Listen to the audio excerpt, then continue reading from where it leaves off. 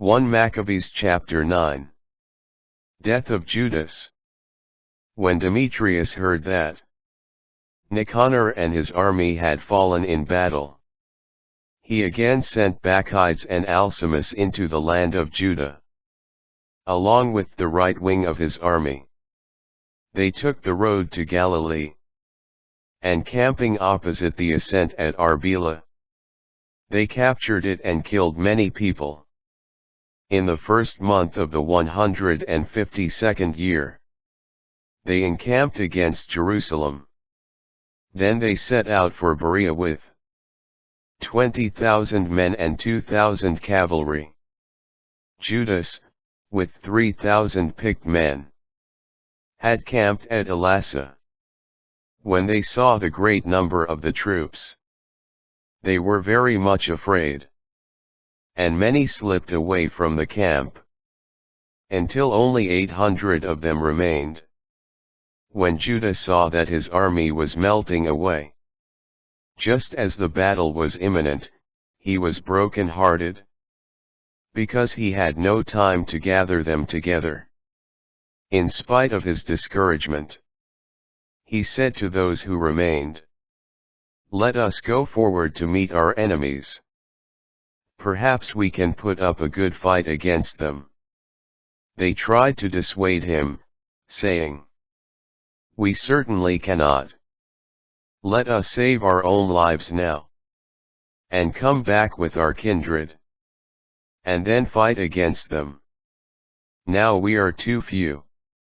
But Judas said, "Far be it from me to do such a thing, as to flee from them. If our time has come, let us die bravely for our kindred, and not leave a stain upon our honor." Then the army of Bacchides moved out of camp, and took its position for combat. The cavalry were divided into 2 squadrons, and the slingers and the archers came on ahead of the army. And in the front line were all the best warriors. Bacchides was on the right wing, flanked by the 2 squadrons. The phalanx attacked as they blew their trumpets. Those who were on Judah's side also blew their trumpets. The earth shook with the noise of the armies, and the battle raged from morning until evening. When Judah saw that Bacchides was on the right, with the main force of his army, all the most stout-hearted rallied to him, and the right wing was crushed. Judas pursued them as far as the mountain slopes. But when those on the left wing saw that the right wing was crushed, they closed in behind Judas and those with him. The battle became intense, and many on both sides fell wounded. Then Judas fell, and the rest fled. Jonathan and Simon took their brother Judas, and buried him in the tomb of their ancestors at Modin. All Israel wept for him with great lamentation. They mourned for him many days, and they said, "How the Mighty One has fallen, the Savior of Israel." The other acts of Judas, his battles, the brave deeds he performed, and his greatness have not been recorded, but they were very many. Leadership of Jonathan. Jonathan succeeds Judas. After the death of Judas, the lawless raised their heads in every part of Israel, and all kinds of evildoers appeared. In those days there was a very great famine, and the country deserted to them. Bacchides chose renegades and made them masters of the country. These sought out and hunted down the friends of Judas and brought them to Bacchides, who punished and derided them. There was great tribulation in Israel, the like of which had not been since the time prophets ceased to appear among them. Then all the friends of Judas came together and said to Jonathan, "Ever since your brother Judas died, there has been no one like him to lead us against our enemies, both Bacchides and those of our nation who are hostile to us. Now therefore we have chosen you today, to be our ruler and leader in his place, to fight our battle." From that moment Jonathan accepted the leadership, and took the place of Judas his brother. Bacchides pursues Jonathan. When Bacchides learned of it, he sought to kill him. But Jonathan and his brother Simon, and all who were with him discovered this. And they fled to the wilderness of Tekoa, and camped by the waters of the pool of Asphar. Jonathan sent his brother, as leader of the convoy, to implore his friends, the Nabateans, to let them deposit with them their great quantity of baggage. But the tribe of Jamri from Medabo made a raid, and seized and carried off John and everything he had. After this, word was brought to Jonathan and his brother Simon, "The tribe of Jamri are celebrating a great wedding, and with a large escort they are bringing the bride, the daughter of one of the great princes of Canaan, from Nadabeth." Remembering the blood of John their brother, they went up and hid themselves under cover of the mountain.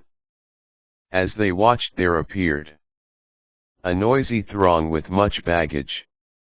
Then the bridegroom and his friends and kinsmen had come out to meet them with tambourines and musicians with their instruments.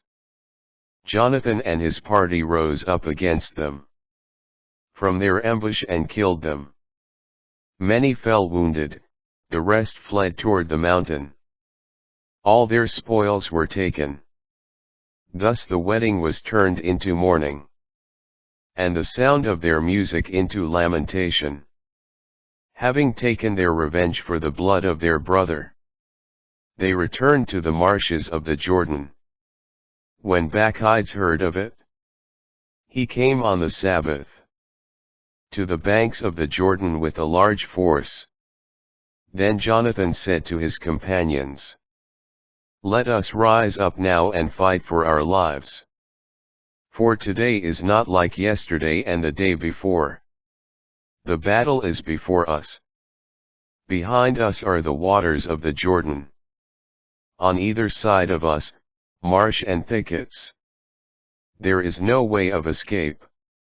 Cry out now to heaven so that you may be delivered from the hand of our enemies." When they joined battle, Jonathan raised his hand to strike Bacchides, but Bacchides backed away from him. Jonathan and those with him jumped into the Jordan, and swam across to the other side. But the enemy did not pursue them across the Jordan. About 1,000 men on Bacchides' side fell that day. On returning to Jerusalem, Bacchides built strongholds in Judea, the Jericho fortress, as well as Emmaus, Beth-horon, Bethel, Timnath, Pharathon, and Tephon, with high walls and gates and bars. In each he put a garrison to harass Israel. He fortified the city of Beth-zur, Gezerah, and the citadel, and put troops in them and stores of provisions. He took as hostages the sons of the leading people of the country and put them in custody in the citadel at Jerusalem. In the 153rd year, in the 2nd month, Alcimus ordered the wall of the inner court of the sanctuary to be torn down, thus destroying the work of the prophets. But he only began to tear it down just at that time Alcimus was stricken, and his work was interrupted. His mouth was closed and he was paralyzed, so that he could no longer utter a word or give orders concerning his household. Alcimus died in great agony at that time. Seeing that Alcimus was dead, Bacchides returned to the king. and the land of Judah was at rest for 2 years. Then all the lawless took counsel and said, Jonathan and those with him are living in peace and security. Now then, let us have Bacchides return, and he will capture all of them in a single night. So they went and took counsel with him. When Bacchides was setting out with a large force, he sent letters secretly to all his allies in Judea, telling them to seize Jonathan and his companions. They were not able to do this, however, because their plan became known. In fact, Jonathan's men seized about 50 of the men of the country who were leaders in the conspiracy and put them to death. Then Jonathan and those with him, along with Simon, withdrew to Beth-Basi in the wilderness. He rebuilt its ruins and fortified it. When Bacchides learned of this, he gathered together his whole force, and sent word to those who were in Judea.